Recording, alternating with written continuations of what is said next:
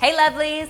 Like you, I do a whole lot of entertaining around the holidays, which is why I am always on the hunt for easy but impressive recipes to serve my guests. Today, I'm sharing 3 super simple dessert ideas that can all be made with just 3 ingredients, and the best part is they taste just as good as they look. Now, all 3 of today's delicious desserts are actually going to be made with some store-bought puff pastry dough. If you are not familiar with this dough, it will change your life. It's buttery, crispy, delicious. You can use it in sweet desserts or savory dishes, which I'll show you in another video, but it's really, really versatile. You usually find it frozen at your supermarket in the freezer aisle. I like to thaw it out in the refrigerator overnight, and then when you open it, it looks something like this. Now, from time to time when you unravel it, you'll get some cracks along the seams where it was folded. Not to worry, you can just let it soften up a little bit and then use your fingers to sort of repair those. This stuff is really, really easy to work with, which is why I absolutely adore it around the holidays. So my first step is going to be cutting my puff pastry into squares. I like using a pizza cutter for this job because it keeps things nice and even. Starting with one of my squares, I'm going to be using a sharp paring knife to create about a 1/2 inch border along 2 sides of my square. And then I'll do the very same thing on the other 2 sides. The most important part is keeping your 2 edges intact. Then I'm gonna go in here with a little bit of my filling. So again, this is blueberry jam. You could also do this with blueberry pie filling if you wanted to. This is a lot less about the filling and a lot more about the pretty technique. Once my filling is in the center of my pastry, I can start wrapping these up. The first thing I'll do is take one of the interior corners of my pastry and pull it over the filling. Then I'll take the opposite corner and pull it over the filling as well, creating a little filling cocoon, if you will. Next, I'm going to grab the exterior corner and pull that over and do the same with the final corner. As you can see, what you end up with is this amazing little crosshatch diamond pattern that looks pretty cool, if I do say so myself. Then I'm just going to transfer my pastries over to my parchment-lined baking sheet, and once they're all prepared, the final step is going to be brushing these with a little bit of egg wash. So egg wash is basically just an egg that's been beaten. I like to add just a teaspoon or 2 of water to mine to thin it out a little bit. It makes it a little easier to brush on. And what it does is make your pastry nice and golden and extra crispy in the oven. I'll get these into the oven at 400 degrees Fahrenheit for between 17 and 20 minutes. You want to keep a good eye on them because you don't want them to burn. Once they're nice and puffed up and golden, they are ready to be served.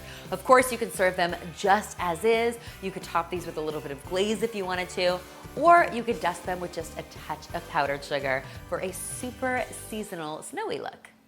My next recipe, guys, are these amazing strawberry pinwheels, and they are just as easy to make as the first recipe. So I'm starting with my square of puff pastry, and I'm just going to use a sharp paring knife once again, and this time I'm going to go in and I'm going to cut each of the edges. You're looking for a slice that's about maybe 1.5 inches, and you want to make sure that you leave quite a bit of the center intact. This is where all of our delicious filling is going to live.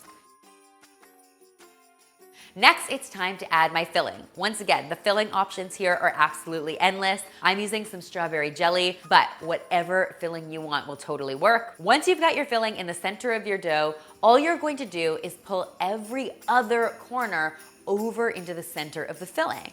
The result is this amazing pinwheel shape. Basically, I'm just going to transfer my pinwheels onto a parchment-lined baking sheet. Once again, I'm going to brush them with some egg wash, and then I'll get them into the oven at 400 degrees Fahrenheit for between 17 and 20 minutes until they're nice and golden. The hardest part for me, guys, is waiting 5 minutes for that filling to cool a little before I dive in. How pretty are these? Totally Instagram worthy, if I do say so myself. Finally, lovelies, I am whipping up a batch of these absolutely incredible raspberry blossoms that totally look like little flowers.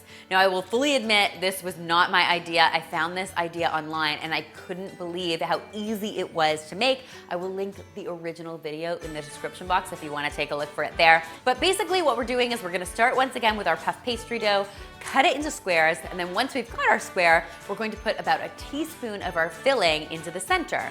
I'm using raspberry jam here. Use any kind of jam you want for this.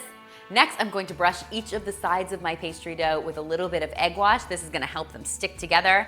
And then I'm going to pull in each of my corners and then each of my corners again until what I've got is this little bundle. Now, not to worry if this looks a little messy, it's fine because we're actually going to be flipping these over and using the smooth side as the top of our pastry. Next, I'm going to be using a sharp paring knife to create 8 tiny even slits all the way around my pastry. This is going to be the beginning of my petals. Next, I'm going to take 2 pieces of my dough, flip, twist, and pinch it together to expose the inside. That's what's going to create the amazing petal effect in this pastry. I'm going to repeat that process 3 more times until I've got 4 beautiful petals, and then I will transfer these over to my parchment lined baking sheet, get them brushed with a little egg wash, and once again, get them into the oven at 400 degrees Fahrenheit until they're nice, puffy, and golden brown. I think it's safe to say, guys, these are total showstoppers, but the best part is that they taste just as beautiful as they look. I hope you'll give all 3 of these yummy ideas a try, and if you do, be sure to tweet me, Instagram me, or Facebook me a photo, because I love seeing your kitchen creations, especially your holiday kitchen creations. All of these recipes are linked in the description box below, so you can find them there. And finally, if you haven't already, be sure to subscribe because there is lots more deliciousness where this came from.